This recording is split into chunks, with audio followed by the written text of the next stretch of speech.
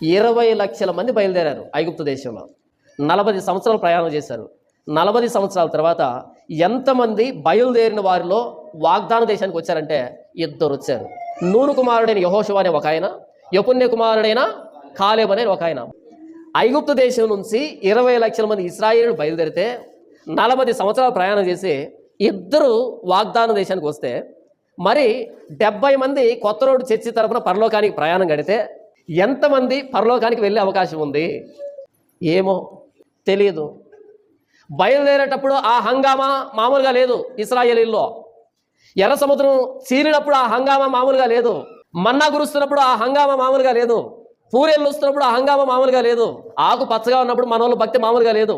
విషయం ఏంటంటే ఆకు వాడినప్పుడు తెలిసింది మీరు బుద్ధి అంతా. మనం కూడా అంతే. దేవుడు అన్ని ఇచ్చాడనుకో, మన భక్తికి ఇక కొలతలు ఉండవు, అవతలు ఉండవు. ఏమీ లేనప్పుడు కూడా దేవుని అంతే ప్రేమించినప్పుడు నిజమైన భక్తి అంటారు.